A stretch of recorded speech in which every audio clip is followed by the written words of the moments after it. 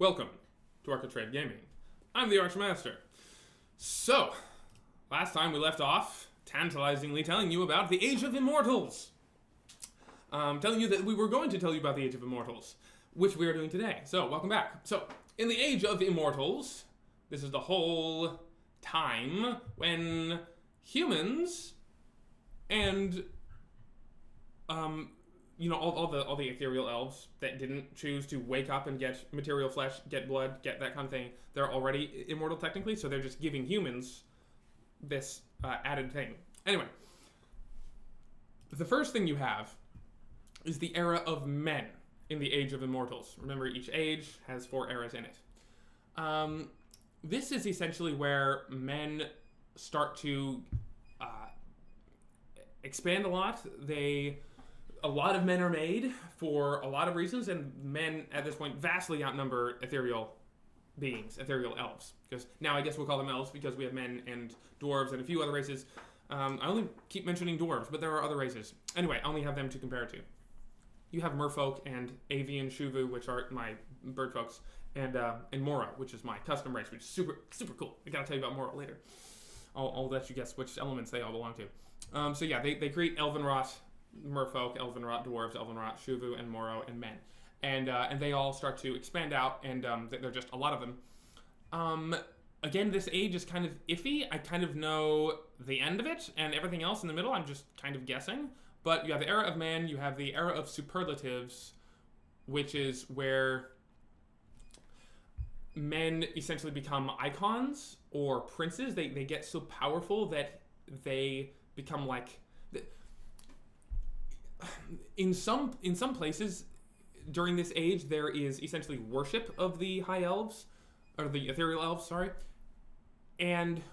But it's more just like serving. It's like, do you worship a king or do you serve him, right? Do you worship your father or do you serve him? It's kind of like that. You're my king, my father, my maker. I do what you say, right? There's not necessarily like bowing down, but it's that kind of thing. It's like, we obviously serve you. You made us. You tell us what to do, etc. You can change the world with your voice. You're more powerful, etc. They serve. But humans at this point start to... One of the cool things about humans is that they are very versatile and they can adopt the powers and abilities of pretty much anyone that they spend a long enough time around. They can learn how to do what pretty much anyone else can do. Maybe not to the degree and extent that other person or race or whatnot can do it, but they can do it somewhat, right? A human hanging around dwarves can make some really cool weapons and armor. Not as good as a dwarf, but they can learn to make great weapons and armor, right? Dwarven stuff.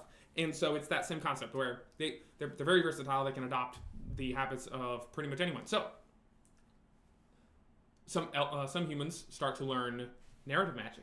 They start to learn, hey, I can also, have enough power and status and whatnot that my voice changes Ethereum too. Ooh, let me keep the secret from the elves, or let me use it in their honor, so I become an icon and essentially a saint or whatnot. Like, I'm praised, I'm uplifted, I'm given immortality. Great.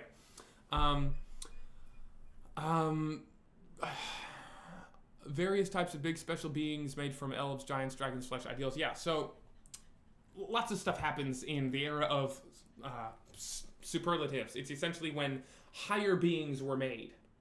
You have all the eldritch ones before, and this is where they aren't quite eldritch, they're just ascended beings, right? Various names for them, icons, princes, all sorts of things.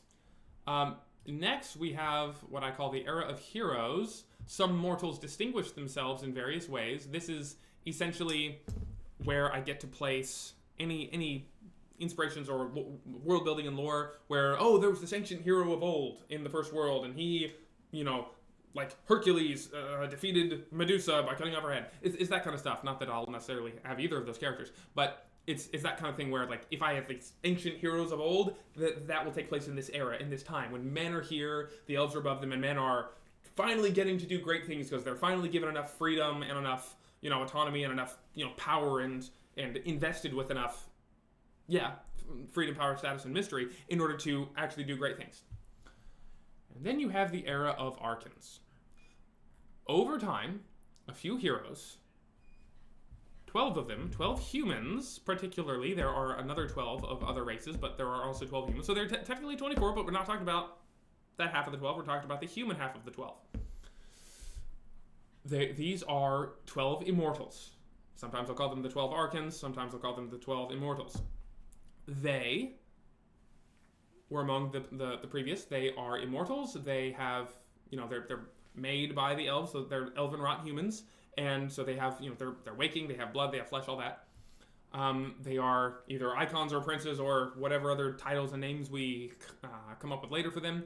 They have proven themselves, they're heroes, all that stuff. So we get to the era of Archons, and these 12 start to not really rule man, but they are essentially like the super mega high priests of the elves, because they're just like so powerful that the elves, like, if you have an underling that starts to get super powerful, you either oppose them and kill them, or you promote them and reward them as long as they stay on your side, right? And so the elves, not wanting to start any wars or anything with their own servants, they're like, we'll just keep promoting people the better they do, until they promote them up to Archons, and they're like, these are like the ultimate pinnacle. They're immortal, they're heroes, they're icons, they have flesh and blood, everything. Like, they are the pinnacle of what a human can be in the first world.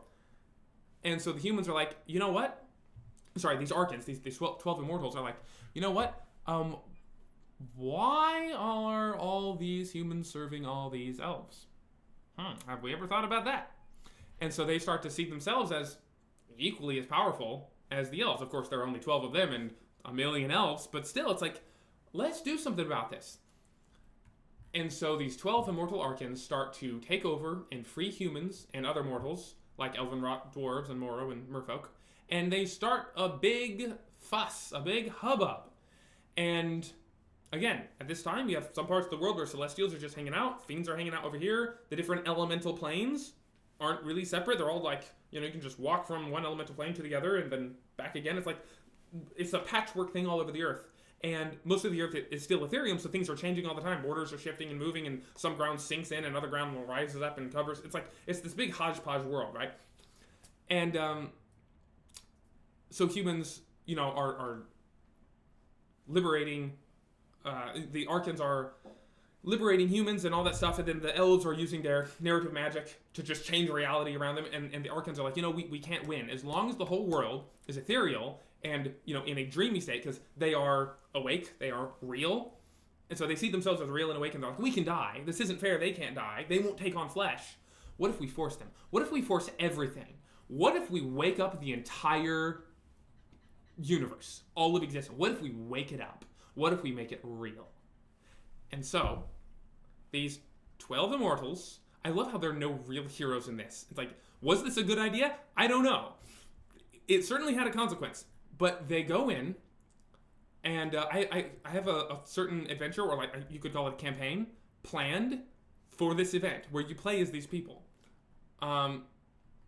So they take a bunch of waking stone, right? And of course, their own bodies. And all 12 of them, fighting through elves and whatnot, get to the core of the world. That infinite Ethereum, all potential, everything. The heart of the universe. This is so cool. They get there, to the core. They take their own blood. They cut their hands or stab themselves in the chest. I don't care. They take their own blood, and all 12 of them combine it into one big blood crystal thing. Right? It can be liquid, it can be hard, it can be gas, it can be energy, right? It kind of looks like the 4 elements, whatever. It's probably changing. Who cares, right? They combine into this one big blood crystal. And they use their waking stone, and they activate it. And because they're in the core, the ethereal core of the world, where it has infinite potential and has the most infinite power of anything anywhere, it can be anything based on what you tell it to be. By 12 humans taking blood, which is the essence of material, their own blood, from their own personalities and minds and souls and thoughts and motives, right? This is them, their personality. They take all of it, they put it into the ethereal core, and they say, take element, take material, uniquely human, and wake up. And they essentially, if you have a whole matrix running, and you go to the very core of the mainframe, and you stick one bit of code in, one virus, it affects the entire thing. They went to the core. This is the mainframe of all of existence. And they said, wake up. Like, Ethereum itself is sleep. It is potential. Like, this is why the whole world being the ethereal plane, and then the star shining on it and changing and making whatnot, everything is still asleep. Why? Because Ethereum itself is sleep. Like, the ethereal plane is the plane of sleep. That's where your soul goes when you sleep. It's like, that is, like, where you're, like, sleep is the perfect halfway point, where you're awake, or, like, sorry, you're real and alive, but you look dead. You know, it's that perfect halfway point where you're just right between waking, living life, and absolute death of the grave. You're right between, right? That's what sleep is. And so Ethereum itself is the same thing. It's like, we are potential. We could be anything. We're not really awake. We're not really like awake and alive, and we're not totally dead. We're just asleep. We're right in the middle. So they told the sleeping world at the very core, wake up, become real. And so by combining themselves, the whole world just, it woke up. All of the different, all the different bastions of elements all over the place, all the different ideals and ideal stars and fiends and celestials, everything was forced to find its place. And it just split up, and you have the elemental planes, and you have the outer planes, and all the things all over the place. Everything had to be split up. It couldn't exist in one world anymore. It was all launched out. But this like, the order that was given to the ethereal core was material. It was blood. The blood of man. Make a new world, rather just wake up this world in the image of man, in the image of material, in the image of blood. So it takes, you combine all four elements, it makes blood and whatnot, and they're like, oh, well, all four elements, material, cool, let's make a material plane. So they essentially plugged that in and told the sleeping world to become the material plane. And of course, the parts that were so, affected by one ideal or one element, they couldn't fully become material, so they kind of split off into their own dimensions, their own planes. But everything that was left that could be turned into material was. And so you have the material plane made. It just comes into existence. All the other planes are thrown out into their own dimensions, and these 12 immortal, elven wrought, arcanial, or archons, humans, elven wrought humans, archons, they made the material plane. And they essentially reconfigured all of existence. So now there are 12 constellations in the sky, one for each of these characters. And the constellations are the 12. So there are like three of these archons per each archetype. So there's the archetype of the explorer, warrior, king, and mage. That might sound familiar. And so there are 3 archons for each archetype. And so you have the skirmisher, like the real immortal guy. He was a skirmisher, right? Like, I forget which Greek god it was that had like the winged boots and whatnot, running fast. But essentially, like, oh yeah, I'm this ancient legendary figure. I'm super fast. I'm the skirmisher. I have a spear and I run fast. All that. And then you have the skirmisher, skulk, the wayfinder, the armiger, bulwark, and brute, the chanter, conduit, and devout, and the arcanist and tetrarch and numinist. Okay, those are the 12, right? And so they each have their own constellations in the sky now, in this new world. And those 12 characters and what they did essentially became the blueprint for man and what man could be. And like what anyone in the material plane could be, regardless of if they were actually human or not. And so that's why we have the 12 classes. They are modeled after these 12 immortal arcanials and after these 12 stars. And that's why everyone in the world kind of knows what these classes are. It's like, oh yeah, you're, a skirmisher. We know because there's this legend about the ancient skirmisher guy who helped make the world. There's his constellation, right? So the idea of classes and whatnot is totally an in-world thing. Everyone knows what it is. In gameplay terms, in the book, I might call it a class, but people in the world would call it your archon or your arc. Like, hey, what's your arc? Or your archetype. Or like, still needs workshopping, but still, it's like, oh yeah, you have followed the path of this archon, right? That is your arcanial path. There are the arcanial constellations. So anyway, they create the material plane, but one of the cool things I really, really, really like is it splits it up into 9. And I haven't really talked about how important 9 is, but 9 is very important. I won't explain it all here, but they create 9 planets, 9 material planes. And so you have the one in the middle and the 8 on the outside. Okay? Which is like the ideal of fate, the neutral ideal in the middle, and then the 8 ideals on the outside, right? That's why 9 is important. Because you have 2 to 4 to 8 and then you have to have one in the middle for neutrality. That's why it was 9.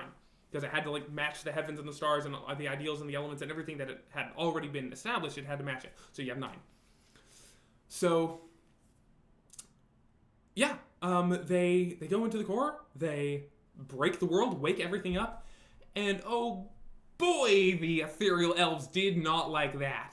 And this is where you get the next 1,000 years of events where the elves are like, we're gonna spank our slaves so hard for doing that, and it's just beautiful everything that happens afterward, and I'm really looking forward to getting to it. So anyway, thank you for watching and liking and subscribing, feeding the algorithm, going to my Patreon and giving me $5 a month because my wife and child would really appreciate it. And I would a lot as well. Thank you for joining the Discord server and talking to our lovely people there. And thank you for watching and staying to the end, or tolerating any of this that you can tolerate. It's fantastic that anyone can actually tolerate me rambling to the camera about this. Yeah, y'all have a good day, good evening, God bless.